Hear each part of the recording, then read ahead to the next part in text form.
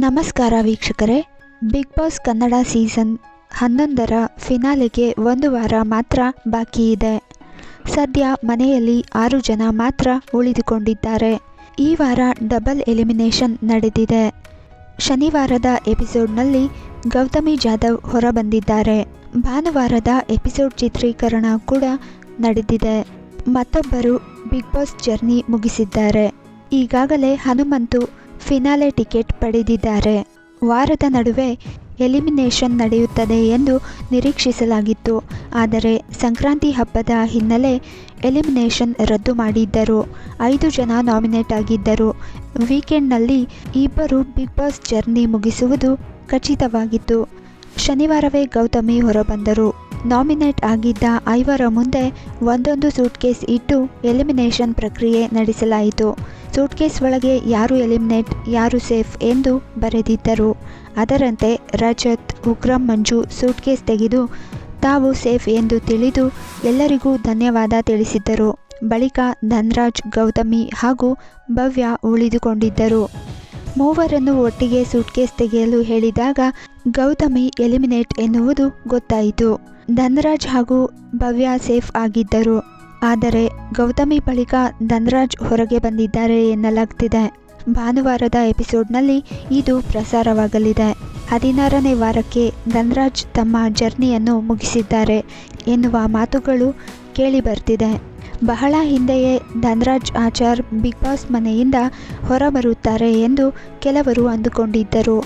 ಆದರೆ ಅಚ್ಚರಿ ಎನ್ನುವಂತೆ 100 ದಿನ ಪೂರೈಸಿದ್ದಾರೆ. ಹನುಮಂತು ಹಾಗೂ ಧನ್ರಾಜ್ ಅವರ ಸ್ನೇಹ ತುಂಬ ಚೆನ್ನಾಗಿತ್ತು. ಇಬ್ಬರ ಕಾಂಬಿನೇಷನ್ ವೀಕ್ಷಕರಿಗೆ ಮನರಂಜನೆಯನ್ನ ನೀಡಿತ್ತು. ಸೋಷಿಯಲ್ ಮೀಡಿಯಾ ಇನ್ಫ್ಲೂಯೆನ್ಸರ್ ಆಗಿ ತಮ್ಮ ಕಾಮಿಡಿ ವಿಡಿಯೋಗಳಿಂದ ಗಮನ ಸೆಳೆದವರು ಧನ್ರಾಜ್. ಇದೇ ಜನಪ್ರಿಯತೆಯಿಂದ ದೊಡ್ಡಮನೆ ಆಟಕ್ಕೆ ಆಯ್ಕೆಯಾಗಿದ್ದರು. ಪುತ್ತೂರು ಮೂಲದವರಾದ ಧನ್ರಾಜ್ ಆಚಾರ್ ಅವರು ಚಿಕ್ಕಂದಿನಿಂದ ನಟನಾಗುವ ಕನಸು ಕಂಡವರು. ಟಿಕ್ಟಾಕ್ ಅದಕ್ಕೆ ದಾರಿ ಮಾಡಿಕೊಟ್ಟಿತು. ಪತ್ನಿ ಪ್ರಜ್ಞಾ ಹಾಗೂ ಕುಟುಂಬಸ್ಥರ ಜೊತೆ ಸೇರಿ ಕಾಮಿಡಿ ವಿಡಿಯೋಗಳನ್ನು ಮಾಡುತ್ತಿದ್ದರು.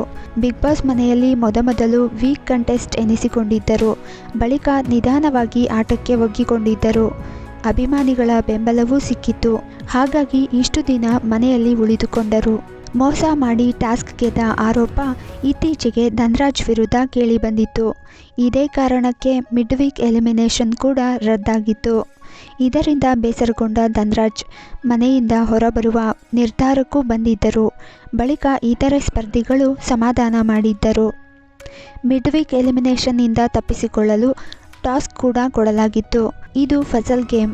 ಕನ್ನಡಿಯಲ್ಲಿ ಪ್ರತಿಬಿಂಬ ನೋಡಿ ಧನ್ರಾಜ್ ಬೇಗ ಮುಗಿಸಿದ್ದರು. ಈ ಬಗ್ಗೆ ವೀಕ್ಷಕರು ಕಮೆಂಟ್ ಮಾಡಿದ್ದರು. ಬಿಗ್ ಬಾಸ್ ಕೂಡ ಗಮನಿಸಿ ವಿಡಿಯೋ ಸಮೇತ ಎಲ್ಲರ ಮುಂದಿಟ್ಟರು. ನನ್ನಿಂದ ತಪ್ಪಾಗಿದೆ ಎಂದು ನನಗೆ ಗೊತ್ತಿರಲಿಲ್ಲ. ನನ್ನನ್ನು ಸೇರಿಸಿಕೊಂಡು ನಾಮಿನೇಷನ್ ಪ್ರಕ್ರಿಯೆ ಆರಂಭಿಸಿ ಎಂದು ಧನ್ರಾಜ್ ಮನವಿ ಮಾಡಿದ್ದರು. ಒಂದು ವೇಳೆ ಧನ್ರಾಜ್ ಎಲಿಮಿನೇಟ್ ಆಗಿದ್ದರೆ ಫಿನಾಲೆ ವಾರಕ್ಕೆ ಮಂಜು, ಮೋಕ್ಷಿತಾ, ಹನುಮಂತ, ಭವ್ಯ, ತ್ರಿವಿಕ್ರಮ್, ರಜತ್ ಎಂಟ್ರಿ ಕೊಟ್ಟಂತೆ ಆಗುತ್ತದೆ. ಈ ಬಾರಿ ಯಾರು ವಿಜೇತರಾಗಿ ಟ್ರೋಫಿಯನ್ನು ಎತ್ತಿ ಹಿಡಿಯುತ್ತಾರೆ ಎಂದು ಕಾದು ನೋಡಬೇಕಾಗಿದೆ. ಸೊ ವೀಕ್ಷಕರೇ, ನಿಮ್ಮ ಅನಿಸಿಕೆಯ ಪ್ರಕಾರ ಗೌತಮಿಯ ಬಳಿಕ ಮತ್ತೊಬ್ಬ ಸ್ಪರ್ಧಿ ಯಾರು ಮನೆಯಿಂದ ಹೊರ ಹೋಗ್ತಾರೆ ಹಾಗೂ ಟಾಪ್ 5 ಕಂಟೆಸ್ಟೆಂಟ್ ಯಾರಿರ್ತಾರೆ, ಈ ಬಾರಿ ಬಿಗ್ ಬಾಸ್ ಸೀಸನ್ 11 ಯಾರು ಗೆಲ್ಬೋದು ಅಂತ ನಿಮ್ಮ ಅನಿಸಿಕೆ ಅಭಿಪ್ರಾಯವನ್ನು ಮಿಸ್ ಮಾಡದೆ ಕಮೆಂಟ್ ಮೂಲಕ ತಿಳಿಸಿ. ಮುಂದಿನ ವಿಡಿಯೋದೊಂದಿಗೆ ಮತ್ತೆ ಸಿಗೋಣ. ನಮಸ್ಕಾರ.